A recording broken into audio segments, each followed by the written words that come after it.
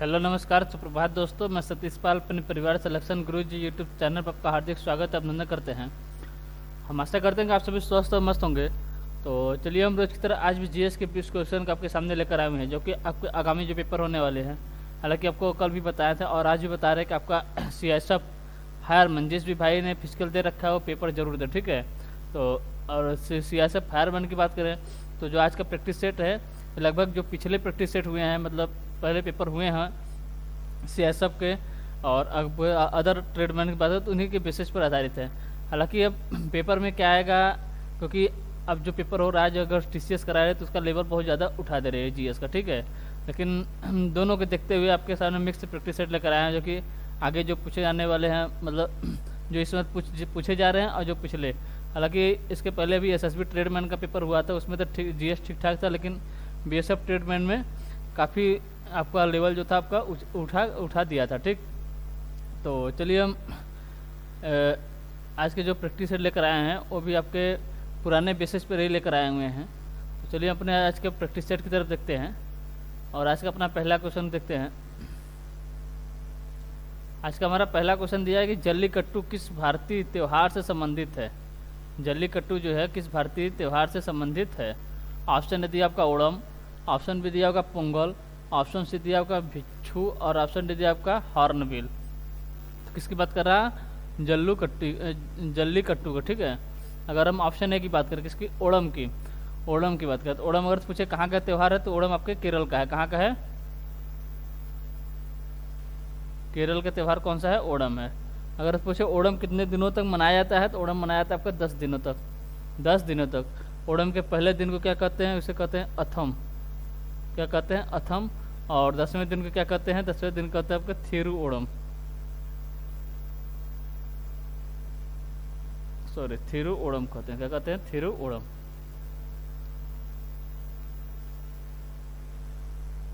थिरु ओणम, ठीक है। 10वें दिन को थिरु ओणम और पहले दिन को अथम कहते हैं, ठीक है। कहाँ का है आपके ओणम, ओणम है आपके केरल का। और ऑप्शन डी की बात करें पोंगल की, ठीक, पोंगल की, किसकी, पोंगल की। तो पोंगल कितने दिनों तक मनाया जाता है, मनाया जाता है आपको 4 दिनों तक। कौन कौन से है, एक आपका भेंगी पोंगल, पहले दिन कौन सा पोंगल है, ये आपका भेंगी पोंगल है।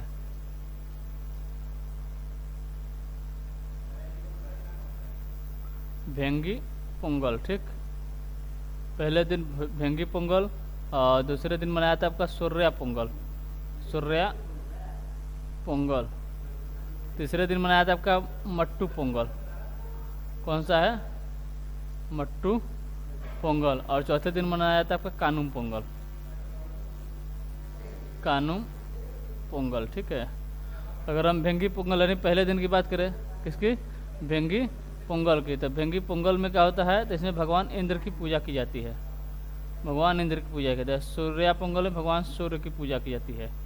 और जो ये आपका मट्टू पोंगल, कौन सा, मट्टू पोंगल है, इसमें बैल की पूजा की जाती है।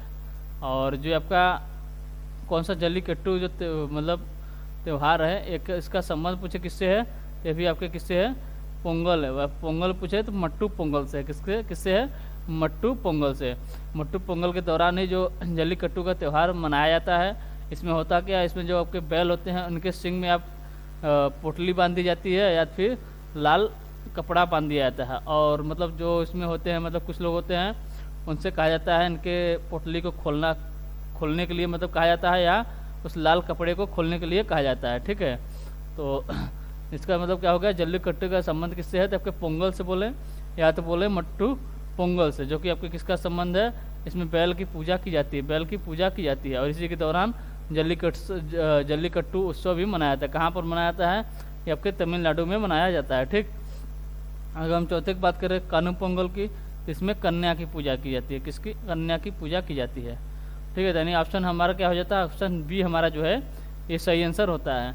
अगर हम हॉर्नबिल की बात करें तो हॉर्नबिल कहाँ का त्यौहार है, तो ये आपका हॉर्नबिल है आपका नागालैंड का। कहाँ का है, नागालैंड का, नागालैंड का। अगर पूछे ये कितने दिनों तक मनाया जाता है, 10 दिनों तक मनाया जाता है, ठीक है।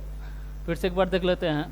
पूछा था आपको कि जल्लीकट्टू किस भारतीय त्यौहार से संबंधित है, आपके पोंगल संबंधित है। पोंगल में भी कौन सा पोंगल, मट्टू पोंगल से संबंध किसका है, आपके जल्लीकट्टू का। ठीक है, मट्टू पोंगल में क्या होता है, बैल की पूजा की जाती है। इसी तरह जल्लीकट्टू त्यौहार मनाया जाता है जिसमें बैलों के सिंघों में आपके पोटली या फिर लाल कपड़े बांध दिए जाते हैं, और जो मतलब जिसमें होते हैं, और इन्हें छोड़ दिया जाता है, मतलब बैल को छोड़ दिया जाता है। और जिसमें कुछ लोग होते हैं जो इनकी पोटली को खोलते हैं, ठीक है, दौड़ाकर खोलते हैं। ठीक, तो ये हो गया आपका ऑप्शन बी हमारा पोंगल, जो कि मट्टू पोंगल से संबंधित हो गया। अगर पूछ ले आपसे कोई पोंगल कितने दिनों तक मनाया जाता है, आपके 4 दिनों तक मनाया जाता है। पहले दिन भेंगी पोंगल, जो कि भगवान इंद्र की पूजा की जाती है। दूसरे दिन की बात करें तो यहाँ पर तो आपका सूर्या पोंगल, जो कि इसमें भगवान सूर्य की पूजा की जाती है। और तीसरे दिन मट्टू पोंगल बता दिए आपको, बैल की पूजा की जाती है। चौथे दिन आपकी कानुम पोंगल है, जो कि जिसमें आपकी कन्या की पूजा की जाती है। ठीक, और ओणम की बात करें तो ओणम आपका केरल का मतलब नृत्य है या त्यौहार है, जिसमें आपके 10 दिनों तक मनाया जाता है। इसके पहले दिन को क्या कहते हैं, पहले दिन को अथम कहते हैं। पहले दिन को अथम कहते हैं, और 10वें दिन को थिरु ओणम कहते हैं। तो 10वें दिन को थिरु ओणम कहते हैं। ठीक, और ऑप्शन डी की हम बात करें जैसे हार्नबिल की। हार्नबिल कहाँ का त्यौहार है, तो ये आपके नागालैंड का है। ये कितने दिनों तक मनाया जाता है, आपके 10 दिनों तक मनाया जाता है। ठीक है, चलिए अगला क्वेश्चन देख लेते हैं। अगला क्वेश्चन दिया है, निम्नलिखित में से किसकी पुस्तक मालती माधव है। किसकी पुस्तक जो है आपकी मालती माधव है। ऑप्शन ए दिया आपका भवभूति की, ऑप्शन बी दिया राजशेखर, ऑप्शन सी दिया आपका हर्षवर्धन, और ऑप्शन डी दिया आपका सुबंधु। ऑप्शन डी किया दिया है सुबंधु। ठीक है, तो किसकी बात कर रहा है, मालती माधव। मालती माधव अगर से पूछे किसकी पुस्तक है, तो यह आपके भवभूति की। किसकी है, भवभूति की। यानी ऑप्शन ए हमारा जो है ये सही आंसर होता है। अगर हम ऑप्शन बी की बात करें किसकी, राजशेखर की। राजशेखर की पुस्तक का क्या नाम है, तो इनका नाम है आपका कर्पूर मंजरी। क्या है, कर्पूर मंजरी और काव्य मीमांसा।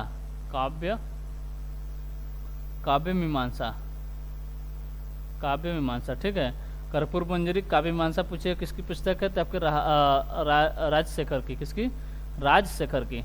और हर्षवर्धन की पुस्तक की बात करें तो इनके पुस्तक है आपका एक है नागानंद रत्नावली क्या है, रत्नावली। एक है आपकी प्रियदर्शिका।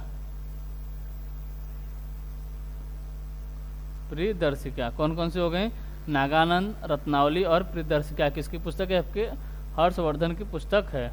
ठीक है, और सुबंधु की पुस्तक की बात करें तो इनका पुस्तक आपको वासव दत्ता। इनकी पुस्तक कौन सी है, वासव दत्ता। इनकी पुस्तक का नाम है आपका वासव दत्ता। अगर पूछा किसकी पुस्तक है, आपके सुबंधु की है। हर्षवर्धन की पुस्तक नागानंद, रत्नावली और प्रियदर्शिका। कौन कौन सी है, नागानंद है, रत्नावली है और प्रियदर्शिका किसकी है, हर्षवर्धन की। राजशेखर की कर्पूर मंजरी और काव्य मीमांसा। ठीक, और पूछे अगर से मालती माधव किसकी है, तो आपके भवभूति का। सुबंधु क्या है, वासव दत्ता। क्या है, वासव दत्ता। ठीक है,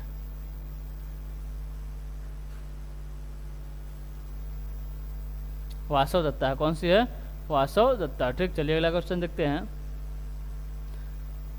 अगला क्वेश्चन दिया आपका, विश्व बैंक का मुख्यालय कहाँ स्थित है। विश्व बैंक का मुख्यालय जो है वो कहाँ स्थित है। ऑप्शन ए दिया आपका काठमांडू, ऑप्शन बी दिया आपका जिनेवा, ऑप्शन सी दिया आपका मॉन्ट्रियल, और ऑप्शन डी दिया वाशिंगटन डीसी। ऑप्शन डी क्या दिया है, वाशिंगटन डीसी। तो किसकी बात कर रहा है, विश्व बैंक की। विश्व बैंक अगर पूछे क्या पूछ रहा है, मुख्यालय पूछा ना। मुख्यालय है तो है आपका वाशिंगटन डीसी में। अगर पूछे इसकी स्थापना कब हुई थी, इसकी स्थापना हुई थी आपके 1944 में। ठीक है, 1944 में। और इसने अपना कार्य करना 1945 से शुरू किया था। अगर पूछे इसमें कितने सदस्य हैं, इसमें सदस्य हैं 189 सदस्य हैं। किसमें, विश्व बैंक में। मुख्यालय वाशिंगटन डीसी, स्थापना 1944 में। और कार्य करना है, अगर पूछे इन्हें कब प्रारंभ किया था, 1945 इन्होंने कार्य करना प्रारंभ किया था। ठीक है, अगर पूछे मॉन्ट्रियल कहाँ पर, मॉन्ट्रियल कहाँ पर है, आपके कनाडा में। कहाँ पर है, कनाडा में। मॉन्ट्रियल में अगर पूछे किसका मुख्यालय है, मॉन्ट्रियल में किसका मुख्यालय है, यहाँ पर आपका अंतर्राष्ट्रीय नागरिक उड्डयन संगठन। अंतर्राष्ट्रीय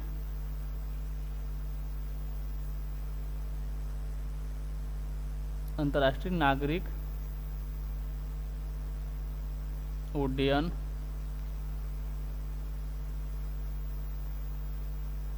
उड्डयन संगठन किसका मुख्यालय है? अंतर्राष्ट्रीय नागरिक उड्डयन संगठन का मुख्यालय पूछे अगर कहाँ पर है?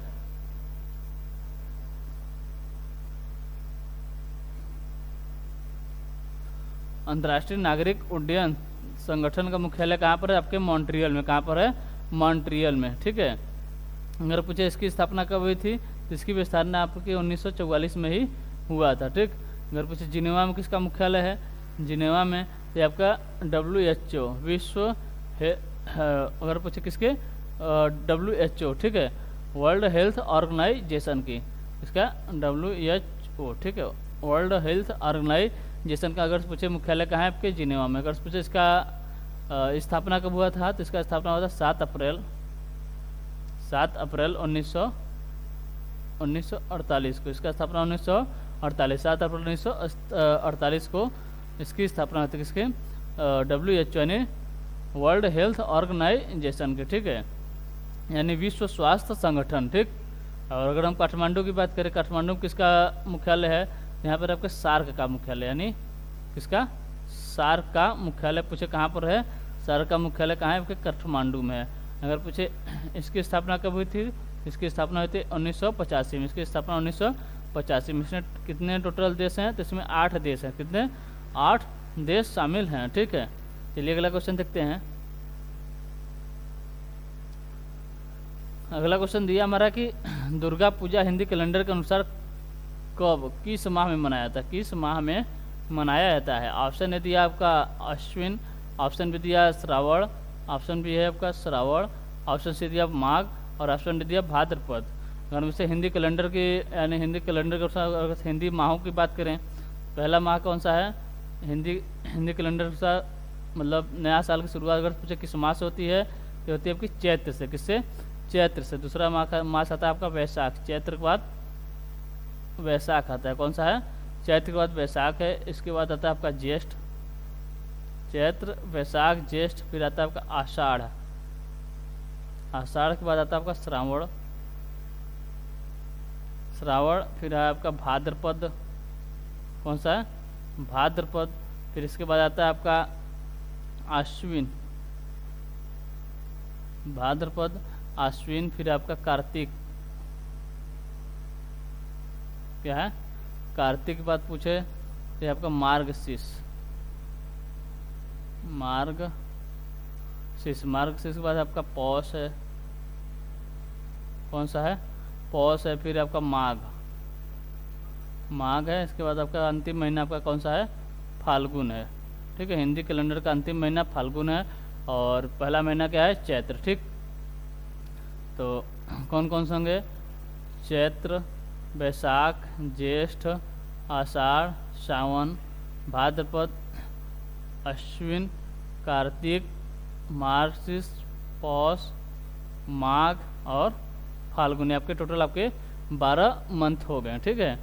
अगर पूछे इसकी शुरुआत कब होती है तो आपके पहला महीना जो आपका हिंदी कैलेंडर के अनुसार तो चैत्र से होता है। अगर अंग्रेजी से देखें तो चैत्र कब पड़ता है? तो मार्च और अर्ध मार्च, मतलब आधा मार्च और मार्च के बाद आपका अप्रैल, आधा मार्च से आधा अप्रैल में 15 मार्च से बात करें तो 15 अप्रैल के बीच में आपका क्या होता है? आपका चैत्र होता है, ठीक है। हमारा क्वेश्चन पूछा था कि दुर्गा पूजा हिंदी कैलेंडर के अनुसार किस माह में मनाया जाता है? अगर पूछे दुर्गा जो पूजा होता है मतलब कर से हिंदी कैलेंडर के अनुसार कब मनाया जाता है? कब मनाया जाता है? तो मनाया जाता है आपका शुक्ल पक्ष की अश्विन शुक्ल पक्ष की प्रतिपदा को। कब? यानी अश्विन माह में मनाया जाता है। किस माह में?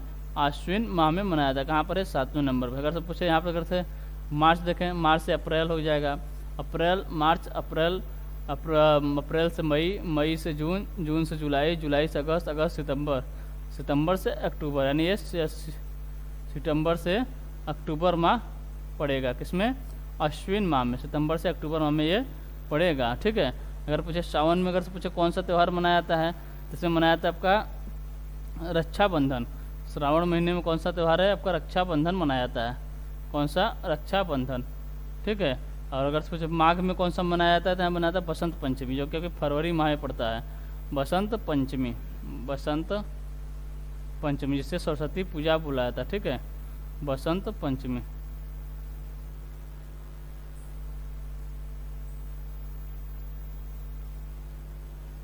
क्या है ये आपका बसंत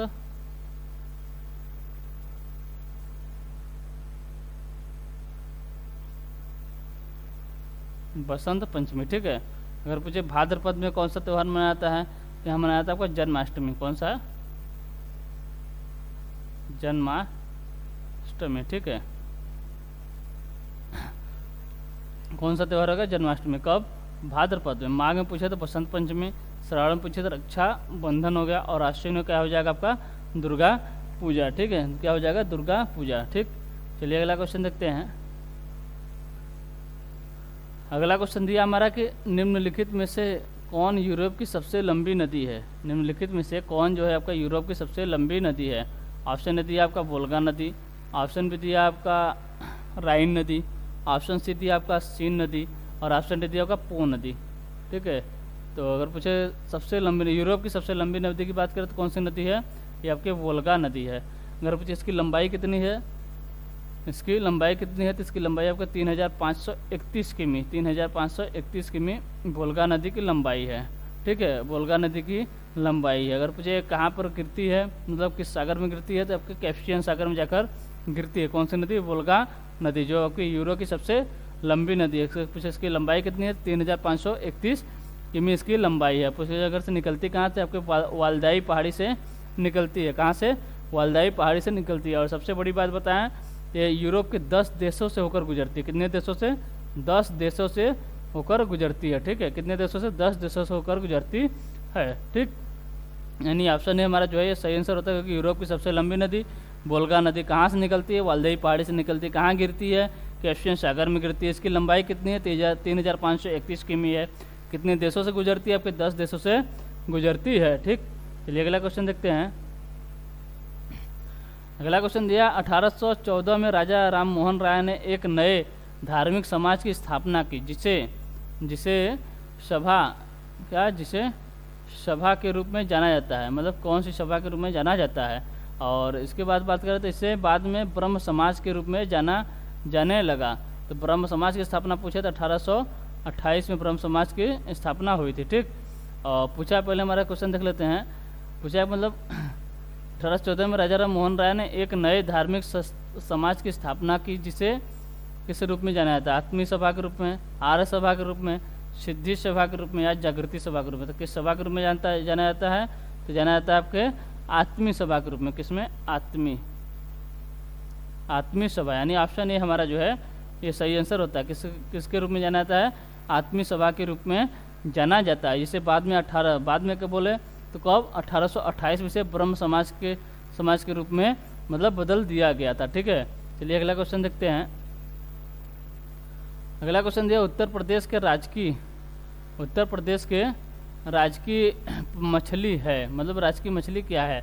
ऑप्शन ए दिया आपका कतला, ऑप्शन बी दिया आपका महसीर, ऑप्शन सी दिया आपका मांगूर, और ऑप्शन डी दिया आपका चीतल। ऑप्शन डी क्या दिया है? चीतल। तो उत्तर प्रदेश का राजकीय मछली की बात करते कौन क्या है? आपके चीतल है। क्या है? चीतल है। अगर पूछा राष्ट्रीय पशु क्या है? राजकीय पशु क्या है? आपका 12 सिंहा है। क्या है? 12 सिंहा। राजकीय पशु पूछे तो 12 सिंहा हो जाएगा। राजकीय पक्षी पूछे तो हो जाएगा आपका सारस। क्या हो जाएगा? सारस या क्रेन भी से कहते हैं, ठीक है। सारस हो जाएगा आपका राजकीय पक्षी। अगर पूछे राजकीय पुष्प, उत्तर प्रदेश का राजकीय पुष्प क्या है? तो ये आपका पलाश है। क्या है? पलाश। राजकीय पुष्प पूछे तो पलाश हो जाएगा, ठीक है। और राजकीय वृक्ष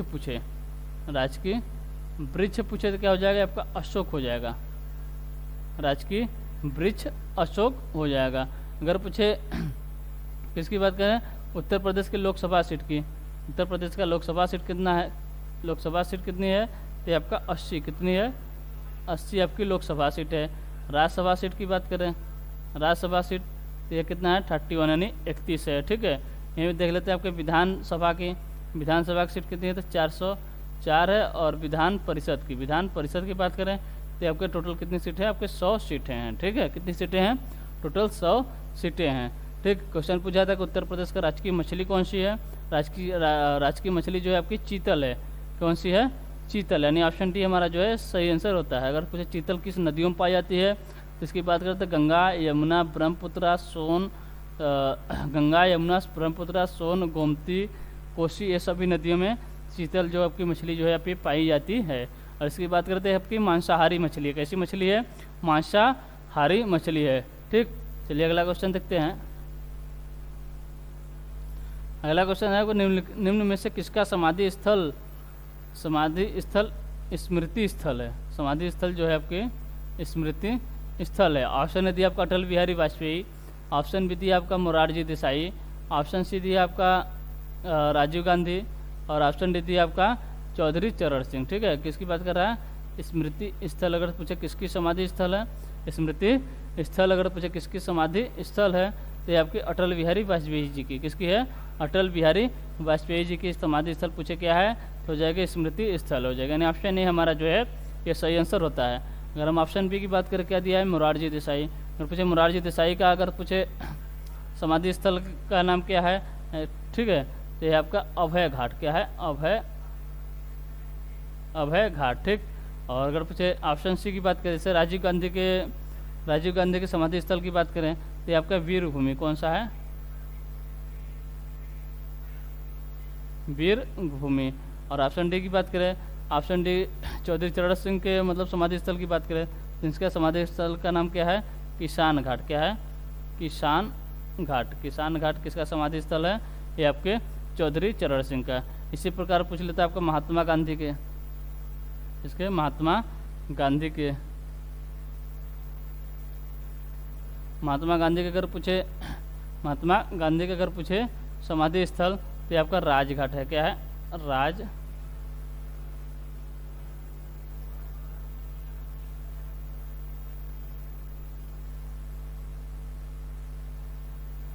किसकी? महात्मा गांधी ना।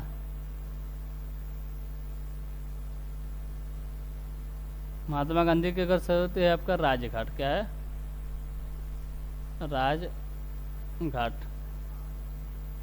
राजघाट किसका है? आपके महात्मा गांधी का समाधि स्थल है। इसी प्रकार पूछे डॉक्टर भीमराव अंबेडकर का, बी आर अम्बेडकर का अगर पूछे समाधि स्थल कौन सा है तो आपकी चैत्य भूमि।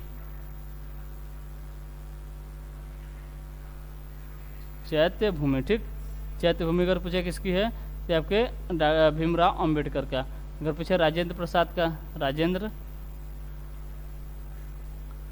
प्रसाद का जो मतलब क्या समाधि स्थल तो है का महाप्रयाग घाट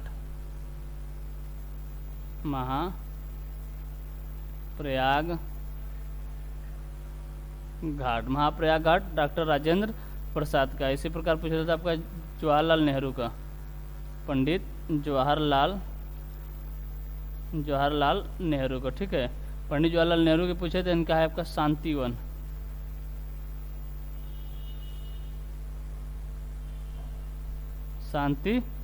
ठीक, फिर से देख लेते हैं एक बार। अटल बिहारी वाजपेयी के पूछे समाधि स्थल तो आपका स्मृति स्थल हो जाएगा। मोरारजी देसाई का समाधि स्थल क्या हो जाएगा तो हो जाएगा आपका अभय घाट। ठीक है, राजीव गांधी का मतलब समाधि स्थल वीर भूमि, और है आपका चौधरी चरण सिंह का आपका किसान घाट है। महात्मा गांधी का राजघाट है। भीमराव अंबेडकर की बात करें चैत्य भूमि है। डॉक्टर राजेंद्र प्रसाद की बात करें महाप्रयाग घाट है।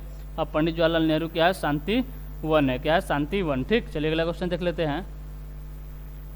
अगला क्वेश्चन दिया निम्नलिखित गुप्त शासकों में से किसने लिच्छवी राजवंश की एक राजकुमारी से विवाह किया था? किसकी बात कर रहा है? गुप्त राजवंश की। अगर पूछे गुप्त वंश के संस्थापक कौन थे? गुप्त वंश की स्थापना किसने की थी? ये किए थे आपके श्री गुप्त। अगर पूछे वास्तविक मतलब संस्थापक कौन थे तो हम किसे मनाया जाता है? तो मनाया जाता है चंद्रगुप्त प्रथम को।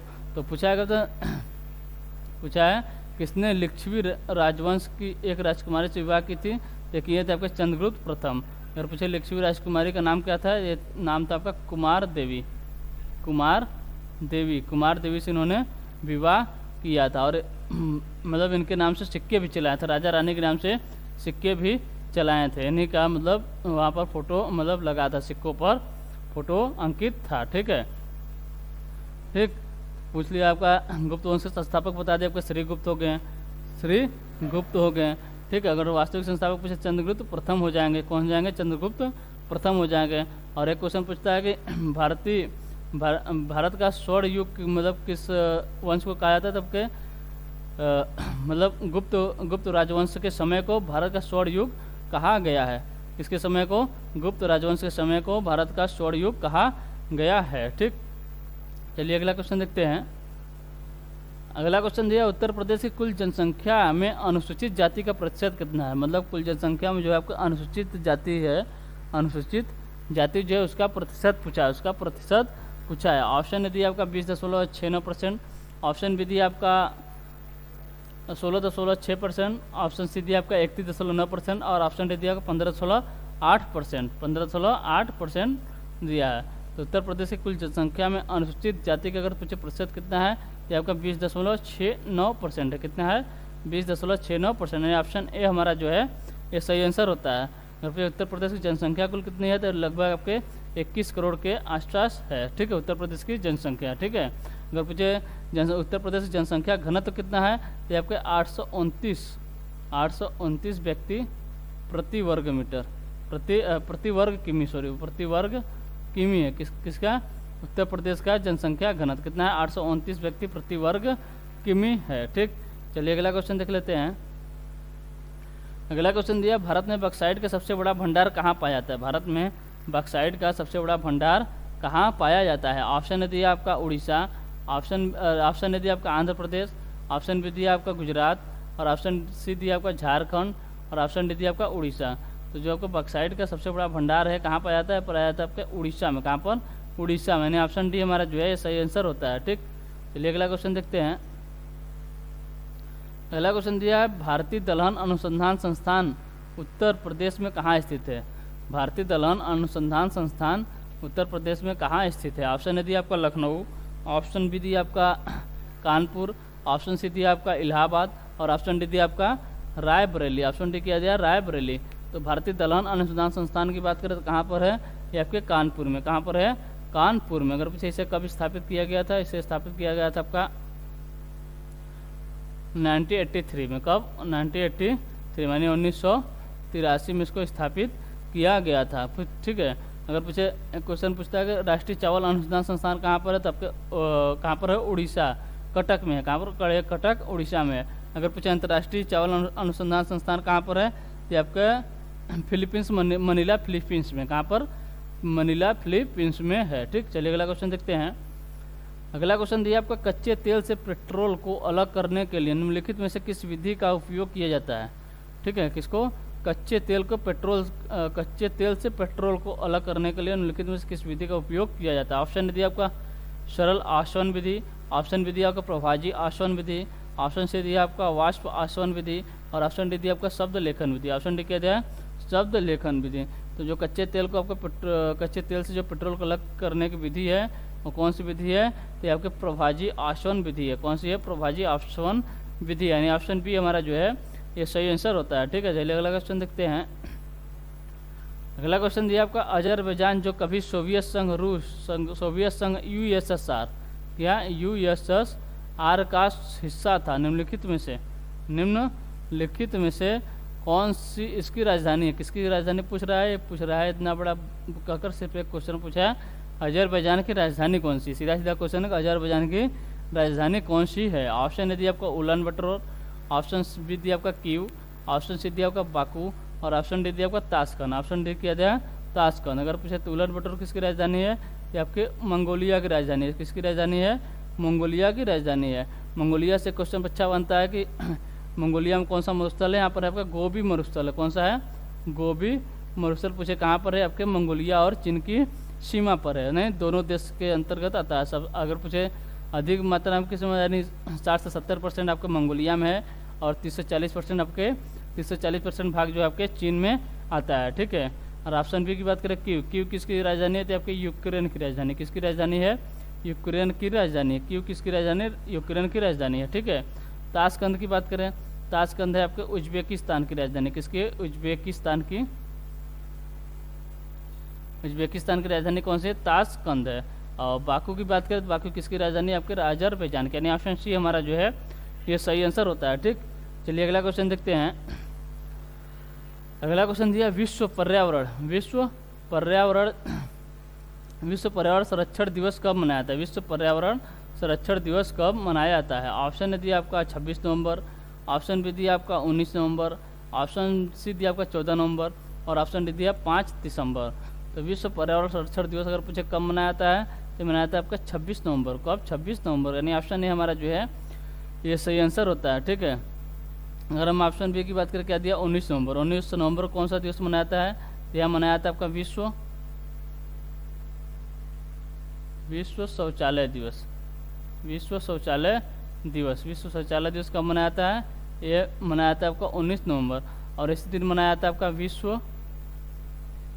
विश्व पुरुष दिवस। विश्व पुरुष दिवस भी कब मनाया जाता है? ये मनाया जाता है आपका 19 नवंबर को।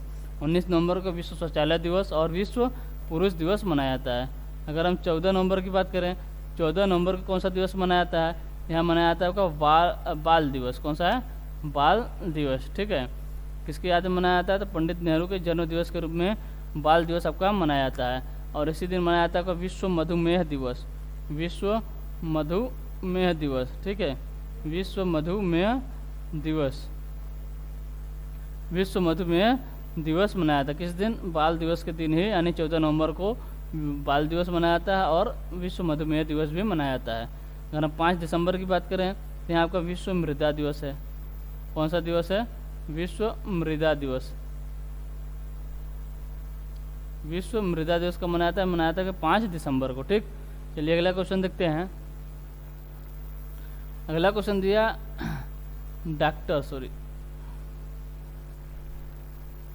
यहाँ पर हो जाएगा आपका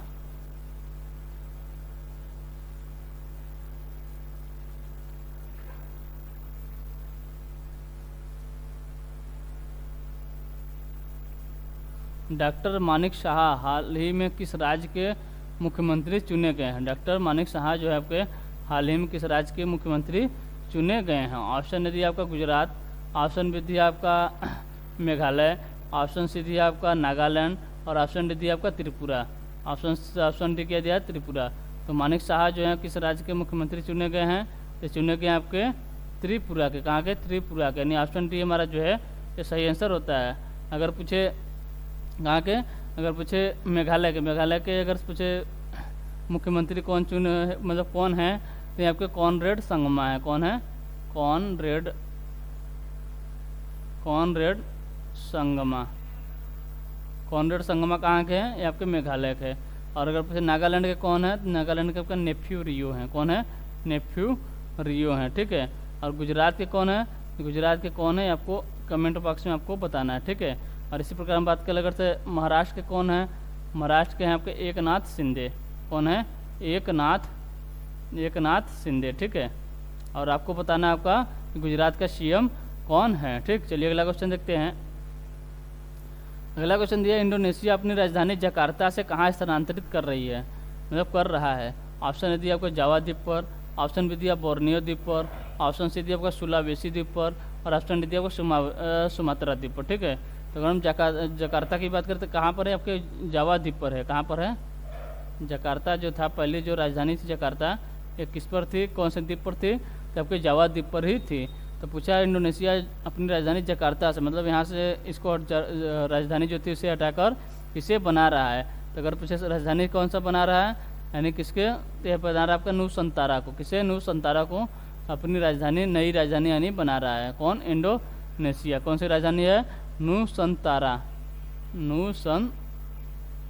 नूसंतारा। ठीक है, नूसंतारा को न्यू राजधानी बना रहा है। ये पूछा नूसंतारा जो है किस द्वीप पर है? तो आपके बोर्नियो द्वीप पर। कौन से है? बोर्नियो द्वीप पर, यानी ऑप्शन बी हमारा जो है ये सही आंसर होता है। अगर पूछे पहले जो जकार्ता राजधानी तो वो किस द्वीप पर थी? तो थी आपके जावा द्वीप पर। ठीक, चलिए अगला क्वेश्चन देखते हैं। अगला क्वेश्चन दिया भारत का पहला इलेक्ट्रिक तीर्थ कॉरिडोर कहाँ स्थापित किया जा रहा है?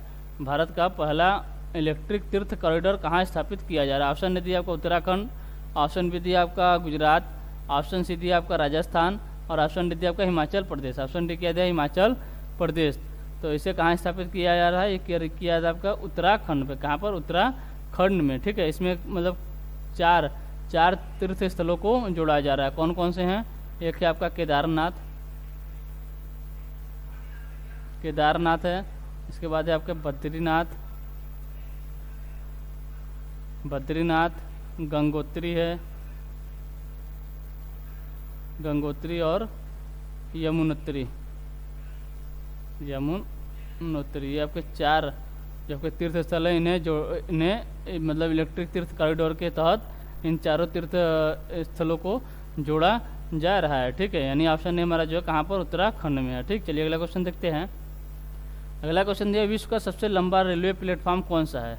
विश्व का सबसे लंबा रेलवे प्लेटफॉर्म कौन सा है? ऑप्शन दिया आपका गोरखपुर, ऑप्शन बी दिया आपका कोल्लम, ऑप्शन सी दिया आपका सिद्ध रुदा स्वामी और ऑप्शन डी दिया नई दिल्ली। तो विश्व का सबसे लंबा प्लेटफॉर्म की बात करें तो वर्तमान में कौन है आपके, हो गया आपका सिद्ध रुदा स्वामी, यानी ऑप्शन सी हमारा जो है ये सही आंसर होता है। तो पूछे कहाँ पर है, तब ये आपके हुबली कर्नाटक में। कहाँ पर है? हुबली कर्नाटक में। ठीक है, इसके पहले कौन हुआ करता था? तो इसके पहले आपके गोरखपुर हुआ करता था। कौन? गोरखपुर हुआ करता था, लेकिन वर्तमान में बात करें तो हो गया आपका सिद्ध रुदा स्वामी, जो कि हुबली कर्नाटक में स्थित है। ठीक है, तो चलिए आज के लिए बस इतना ही रखते हैं। अगर सेशन आपको अच्छा लग रहा हो तो लाइक एवं सब्सक्राइब जरूर करें और शेयर करना ना भूलें। ठीक है, तो मिलते हैं आपसे अगले सेशन में, तब तक लिए टेक केयर, बाय बाय, जय हिंद, जय भारत।